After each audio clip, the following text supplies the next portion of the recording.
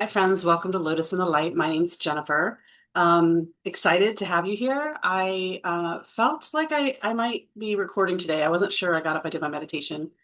And I was like, oh, I feel like I'm supposed to record, but I don't know what about. And then I looked over and I saw this, and Spirit immediately was like, yes, this is your message. This is my pocket calendar. And the message for July, which we just rolled into July 2 days ago, don't be available for shit that doesn't serve you. So that is what we're supposed to talk about today. And that's the extent of what I know so far. So we're going to journey this together. Don't be available for shit that doesn't serve you. Okay, so I think maybe this is unusual for me, but I think maybe we'll kind of go to some cards for some guidance on this message. And in particular, let's go to the Light Seers Tarot. I like this deck. I'm not a tarot expert, or maybe I am. Maybe I just don't remember it. But I definitely know that Spirit can use anything and everything, and God will use anything to for the good of those who love them. uh, Spirit's here to guide us. All right, so don't be available for shit that don't serve you. Okay, or that doesn't serve you. What? So the first thing that comes to mind is identifying, first of all, who's the you? Who's the you that you're trying to serve? Because what serves the ego you is different than what serves the authentic you. The authentic you, a component of the authentic you, is visible within the ego. A lot of times we try to make the ego the enemy. Like in the Christian faith, we talk about it as the flesh, right? We make it seem like an enemy, but nothing is outside of you. Nothing is inherently bad. The ego serves a purpose, but its purpose is much different than what we um, actually use the ego for. So we tend to embody the ego we allow the ego to be the fullness of who we are in our human experience. Everything floats through our thinking mind and the filters of the thinking mind. Our ego is rooted primarily in the sympathetic nervous system, in the survival mode, um, fight, flight, or fear. Like that's where you're making your decisions from. The thinking mind's job in that scenario is to protect you, to always be looking for threats. But here's the thing, if you're in a vibrational frequency where you're only looking for threats, that's all you're going to find. You can't look for threats and look for the beauty in life at the same time. You have to choose. So that's where we come to this don't be available for the shit that doesn't serve you. If it's serving your ego, it's not serving your authentic you. So you get to make that choice. Life is about choices. So let's just go ahead and I'm just going to shuffle here and we're just going to ask Spirit to show us what is it that we might be making ourselves available to that isn't serving us. Let's see what we get. We had a couple things. Had a couple things fall out here, so I'll just kind of go in order. So we have the Ten of Wands. So the Ten of Wands energy is, I mean, you've been on or are on quite the journey.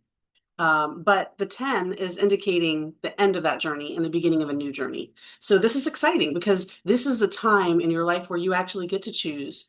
Sorry, I just keep looking over at the sign because it's kind of inspiring me. Where you get to choose what has or hasn't been serving me in the past. And it didn't pop out here, but I keep getting I think it's Six of Pentacles energy.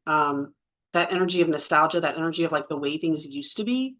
And so 10 of Wands, she's been on a hard journey. Okay. This is feminine energy. She's been on a hard journey of discovery and of learning. And you can see like she's coming down off the mountain. So she trekked up and over this mountain and she's got a lot of baggage with her. Okay. But this journey is ending. And so she gets to choose now if she wants to come into an easier place, if she wants to let go of all this baggage and move forward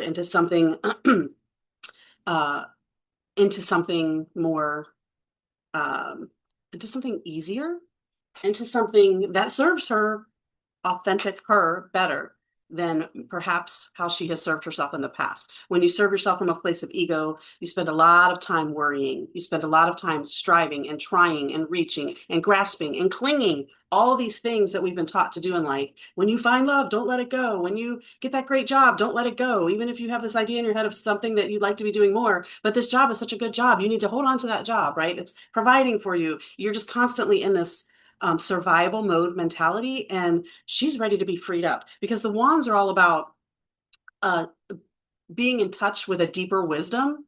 And so she doesn't need to carry this shit around anymore. She can let it go now. And that brings us to the next card, which is the Queen of Swords. So the Queen of Swords, if you look, she's calm and centered, and she's looking out at all the possibility out there.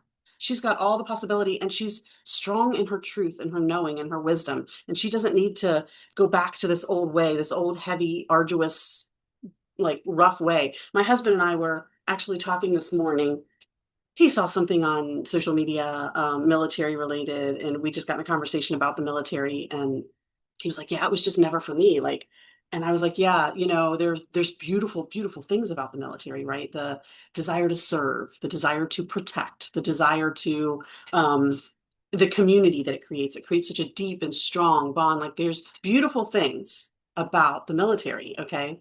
Um, but when we go back to that spectrum, and nothing is bad, so please don't misinterpret this. When we go back to that spectrum of perfect love to absolute fear, the military is operating somewhere on the lower end of that vibrational frequency, because it is rooted in this idea that we need protection.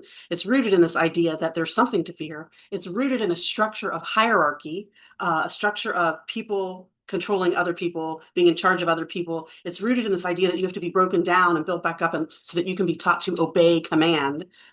That's all outside of perfect love, because perfect love is free will. Perfect love finds its power from within.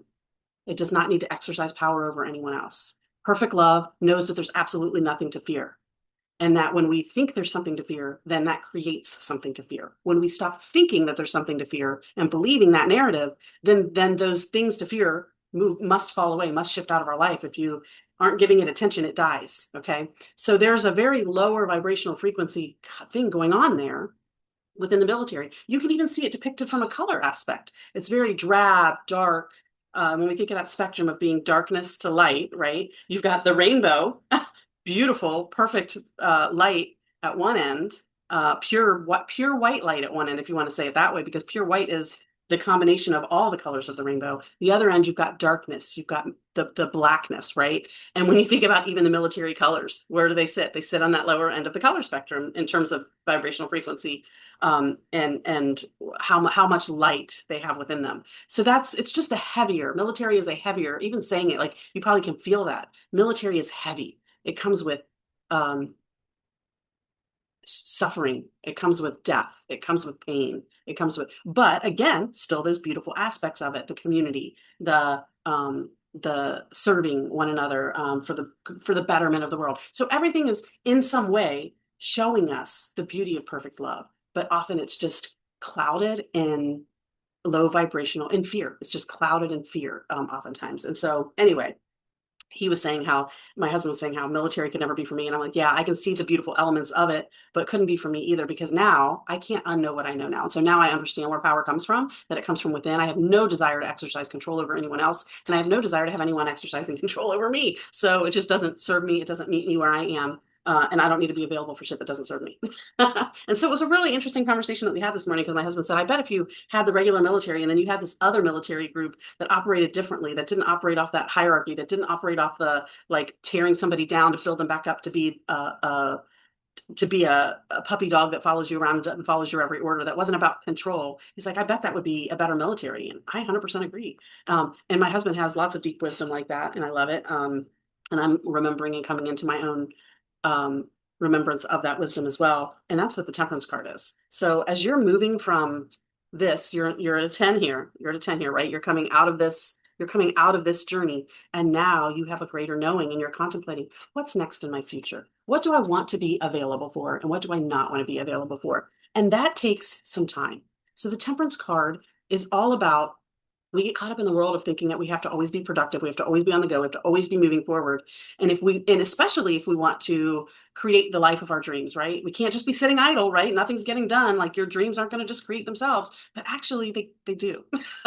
They kind of do create themselves. That's an old mentality. And that's where that I want to say did I say Six of Pentacles? It's not Six of Pentacles. It's Six of Cups energy. That's where that Six of Cups energy keeps coming to mind for me. That, like, that's that old kind of way of thinking. And Six of Cups energy is really about nostalgic feelings, and a lot of times those are good feelings, right? But there are some, like, heavier feelings of, that we carry from the past that it's just time to shed. And so temperance gives us the time and the space to do that. See how there's a balance here between this is like the earth and this is like the energy of the sun. You can kind of see like temperance gives you time to come to bring yourself into balance.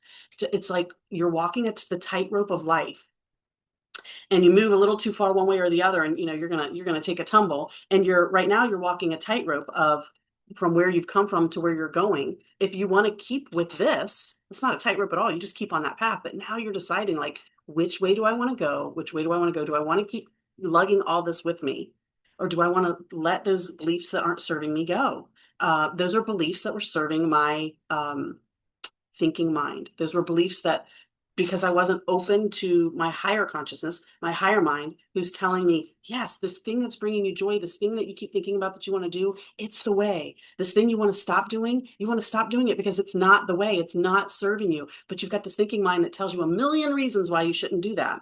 And so they're always in conflict with each other. And it's not that your thinking mind is trying to hurt you. In fact, I would argue that the thinking mind leads you or keeps you, holds you in a place of death. It is what I think religions refer to as evil, the devil, whatever negative narratives you want to put around that. It's really about your thinking mind holding you in oppression. It's not about some place in the afterlife. It's not about if you don't live right, this is what your future holds. It's now. You're living in abundant life now, or you're living in death now. Pick the one you want to serve. If you continue to serve the thinking mind, you will continue to live in oppression. You will continue to carry these burdens that are unnecessary to carry. Jesus himself said, my yoke is easy, my burden is light. Does this look easy and light? No, but she's done with it. She's like, I'm done with this. I'm at the end of this road. She is turning a new leaf. So maybe one more card. And because this is the time now, this temperance is all about time. And we sometimes we get frustrated with time. We're like, I want this and I want it now and I want it in a hurry and it's got to be, and I'm ready to have this thing in my life and I'm tired of having this and I want to get to here. Okay, but here's the problem. From here to here, there's space between those. And sometimes we want to get from here to here, but we're not equipped for that. We're not ready for the here until we go through these other things. These other things tend to be the belief systems in our life, the things that we're holding on to. They become the barriers to what we want. So to get from where we are to what we want, we need time to work through those things. Time is our friend always. It's always serving you. So if you're not seeing the results you want in the time that you want, it's because you need more time. So give thanks for that time, trust it. Bottom card here, Four of Swords. So this kind of goes along with the temperance. Like sometimes we're wrestling with what we believe and we just need time to rest. We just need to nurture ourselves through it before we get on to that next journey. We don't always have to be on the go. Take some time to think, take some time to feel, okay? Take some time to sink into some divine wisdom before you figure out um, what that next journey is for you. And just remember this. So I live in Cincinnati.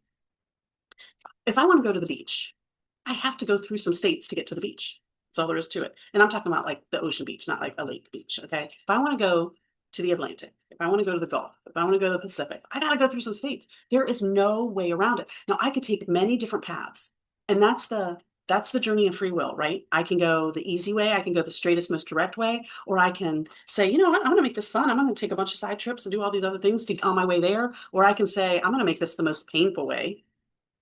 Instead of going through the mountain, where there's a nice road that they've already carved out for me that I can just drive right through, I'm going to go up the mountain and back down the mountain because I've decided that the only way for good things to happen in life is if I struggle.